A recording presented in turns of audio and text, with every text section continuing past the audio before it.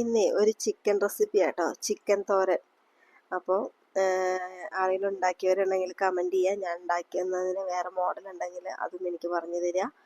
അപ്പോൾ നമുക്ക് നേരെ റെസിപ്പിയിലോട്ട് കിടക്കാം. അപ്പോൾ ചിക്കനാണ് ഇതിന് മെയിൻ ഇൻഗ്രീഡിയൻസ്. ചെറിയ പീസുകളായിട്ട് മുറിച്ച് ചിക്കനാണ് വേണ്ടത്. അപ്പം നമുക്കൊരു കടായി അടുപ്പത്ത് വെച്ച് അതിലോട്ട് വെളിച്ചെണ്ണ ഒഴിക്കണം. വെളിച്ചെണ്ണയിൽ ഉണ്ടാക്കുന്നതായിരിക്കും കൂടുതൽ നല്ലത്. ടേസ്റ്റും വെളിച്ചെണ്ണയിൽ ഉണ്ടാക്കുന്ന കേട്ടോ. അപ്പം നമ്മൾ പാന് അടുപ്പത്ത് വെച്ചതിന് ശേഷം വെളിച്ചെണ്ണ ഒഴിക്കുക.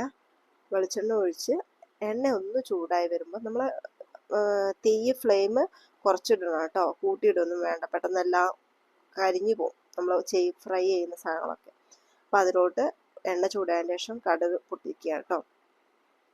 കടുക് ഇട്ടതിന് ശേഷം നമ്മൾ തേങ്ങാക്കൊത്ത്, അതുപോലെ തന്നെ വറ്റൽമുളകില്ലേ അത്, വറ്റൽമുളക് ഒരു 2 എണ്ണം നടുകി മുറിച്ചതും, പിന്നെ ഒരു പിടി തേങ്ങാക്കൊത്തും കേട്ടോ. അതിട്ടിട്ട് ഒന്ന് മൂപ്പിച്ചെടുക്കുക. തേങ്ങാക്കൊത്ത് ഇച്ചിരി ഒന്ന് മൂക്കണം, എന്നാലും നമ്മൾ ആ ചിക്കൻ കടിക്കുന്ന സമയത്ത് അതിലൊരു കടി ഉണ്ടാവുള്ളൂ. അപ്പോൾ അത് ഇട്ടതിന് ശേഷം നമ്മൾ ചെറിയ ഉള്ളി, ഒരു 10-30 ചെറിയ ഉള്ളി ചതച്ചതാണ് കേട്ടോ. മിക്സിയിലൊന്നല്ല, നമ്മൾ ചെറിയ കല്ലുണ്ടല്ലോ അതിലോട്ട് ഇടിച്ചതാണ്. അത് ചേർത്തിട്ട് നല്ലോണം ഇളക്കുക. അതിൻ്റെ പച്ചമണം മാറുന്ന വരെ ഒന്ന് ഇളക്കുക. അപ്പോൾ ചതച്ചിടുന്നതായിരിക്കും കൂടുതൽ നല്ലത്, അരിഞ്ഞിടുന്നതായിരിക്കും നല്ലത്. പിന്നെ കറിവേപ്പില നമുക്ക് ഇഷ്ടത്തിനനുസരിച്ച് ഇടാം കേട്ടോ.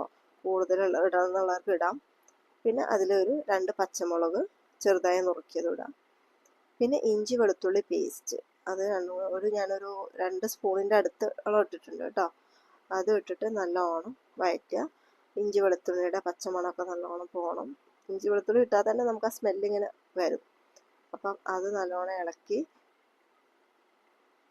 എടുത്തതിന് ശേഷം നമ്മൾ സവാള, ഞാനൊരു വലിയ സവാളയാട്ടോ ഇവിടെ എടുത്തിട്ടുള്ളത്. അപ്പം സവാള നീളത്തിൽ അരിഞ്ഞതാണ്, അത് നമ്മൾ ഇതിലോട്ട് ചേർത്ത് കൊടുക്കുക. പിന്നെ സവാള ഇട്ടതിന് ശേഷം സവാള നല്ലോണം എന്താ പറയുക, ഫ്രൈ ആവണ്ട, ഡീപ് ഫ്രൈ ആവണ്ട, അതിടാം. ഞാൻ നേരത്തെ പച്ചമുളക് പറഞ്ഞു, ഇപ്പോഴാട്ടോ പച്ചമുളക് ഇടുന്നത്. അപ്പോൾ പച്ചമുളകും കൂടി ഇട്ടതിന് ശേഷം നല്ലോണം ഇളക്കുക. പച്ചമുളക് ഇത് ഇട്ടതിന് ശേഷം നമ്മൾ കുറച്ച് ഉപ്പ് ഇടുകയാണെന്നുണ്ടെങ്കിൽ പെട്ടെന്ന് ഇത് വഴന്ന് കിട്ടും, സവാള വഴന്ന് കിട്ടും. അപ്പോൾ സവാള കൂടി നന്നായിട്ടൊന്ന് മൂത്ത് വരുന്നത് വരെ കുറച്ച് നേരം ഇളക്കിക്കൊണ്ടിരിക്കുക. അടച്ച് വേണമെന്നുണ്ടെങ്കിലും വേവിക്കാം, ഞാൻ അടച്ചു വെച്ചിട്ടില്ല കേട്ടോ.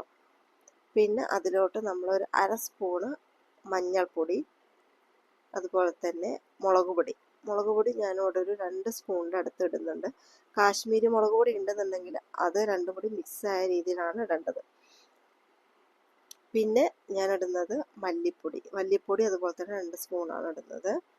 അത് ഇട്ടതിന് ശേഷം ഞാൻ ഗരം മസാല, ഒരു 1/2 സ്പൂണ് ഗരം മസാലയും ആവശ്യത്തിനുള്ള ഉപ്പും ചേർക്കുന്നുണ്ട്.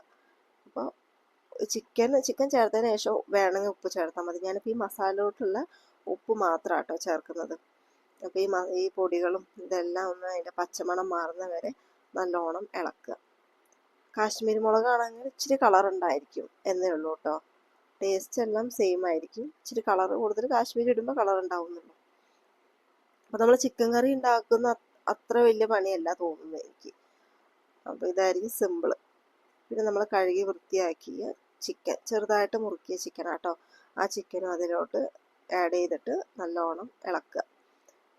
എല്ലില്ലാത്ത ചിക്കൻ എടുക്കുന്നവരുണ്ട്, ഞാനിതിൽ എല്ലൊക്കെ ഉള്ള ഇതാട്ടോ. ഇവിടെ വെക്കുമ്പോൾ ഇച്ചിരി എല്ലൊക്കെ വേണം എല്ലാവർക്കും. അപ്പോൾ അതുകൊണ്ട് ഞാൻ എല്ല് കൂടിയുള്ള ചിക്കനാണ് ചേർത്തിരിക്കുന്നത്. നല്ലോണം മസാലയും ചിക്കനും മിക്സായി വന്ന് നമുക്കതൊന്ന് അടച്ചു വെച്ച് വേവിക്കാം. ഒരു 20 മിനിറ്റ് നമ്മൾ അടച്ചു വെച്ച് വേവിക്കണം. നമ്മളിപ്പോൾ അതിൽ വെള്ളമൊന്നും ചേർത്തിട്ടില്ല, വെള്ളം ചേർക്കാണ്ട് വേണം ഇത് ഉണ്ടാക്കാൻ. നമ്മൾ കുറച്ച് കഴിഞ്ഞിട്ടുണ്ടെങ്കിൽ ചിക്കനുള്ളിലുള്ള വെള്ളമൊക്കെ ഇറങ്ങി നല്ലോണം ആയി വരും. അപ്പോൾ നമുക്കായിരിക്കും ഒരു അരപ്പ് റെഡിയാക്കാം കേട്ടോ. അപ്പോൾ ഞാനൊരു 1/2 മുറി തേങ്ങ ജസ്റ്റ് മിക്സിയിൽ ഒന്ന് കറക്കിയെടുത്താൽ കേട്ടോ, നല്ലോണം അരച്ചിട്ടൊന്നുമില്ല, ഇതാക്കി ഒതുക്കിയെടുക്കുക. എന്നിട്ട് അതിലോട്ട് ഞാൻ മഞ്ഞൾപ്പൊടി, ഒരു 1/4 സ്പൂൺ മഞ്ഞൾപ്പൊടി, പിന്നെ അതുപോലെ തന്നെ ഗരം മസാല ഇല്ലേ, ഗരം മസാലയുടെ പൊടി 1/2 സ്പൂണ്, പിന്നെ നമ്മൾ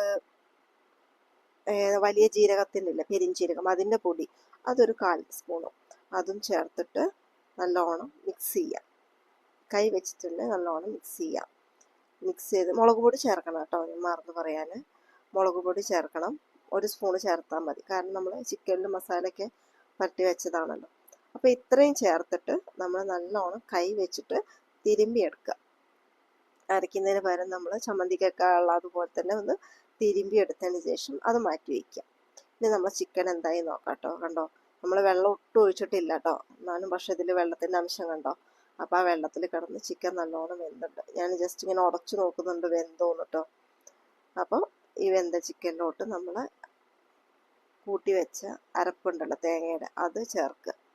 അത് ചേർത്തിട്ട് നല്ലോണം മിക്സ് ചെയ്യാം. ആ തേങ്ങയുടെ ഇതും ചിക്കനെല്ലാം കൂടി നല്ലോണം മിക്സ് ആയതിന് ശേഷം നല്ലോണം ഇളക്കി യോജിക്കണം കേട്ടോ, കാരണം മസാലയും തേങ്ങയും എല്ലാം കൂടെ നല്ലോണം. എന്നിട്ട് ആവശ്യത്തിന് ഉപ്പ് നോക്കുക. എനിക്ക് ഉപ്പിടാൻ ഭയങ്കര പേടിയാട്ടോ, കൂടി പോകുന്നുള്ള, അതുകൊണ്ട് ഞാൻ കുറച്ചീശേ ചേർക്കാറുള്ളൂ ഉപ്പ്. അപ്പോൾ ഇച്ചിരി ഉപ്പ് കുറവുണ്ട്, അപ്പോൾ ഞാൻ അതിലോട്ട് ഉപ്പ് ചേർക്കുക കേട്ടോ. ഉപ്പ് ആവശ്യത്തിന് ഇടയ്ക്കൊക്കെ നോക്കണം. പിന്നെ എരിവിനനുസരിച്ച് നമ്മളിതിൽ മെയിനായിട്ട് ലാസ്റ്റ് കുരുമുളക് പൊടി ചേർക്കുന്നുണ്ട്.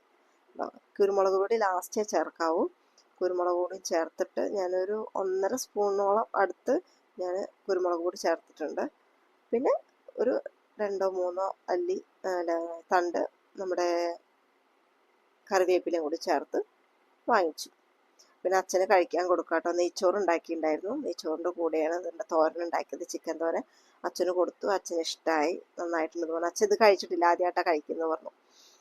അപ്പോൾ നിങ്ങൾ ആരെങ്കിലും ഈ റെസിപ്പി ട്രൈ ചെയ്യാത്തവരുണ്ടെങ്കിൽ ട്രൈ ചെയ്തിട്ട് അഭിപ്രായം പറയുക. നമ്മുടെ ചാനൽ ആദ്യമായിട്ട് കാണുന്നവരാണെന്നുണ്ടെങ്കിൽ ഒന്ന് സബ്സ്ക്രൈബ് ചെയ്ത് സപ്പോർട്ട് ചെയ്തേക്കണേ. ബൈ.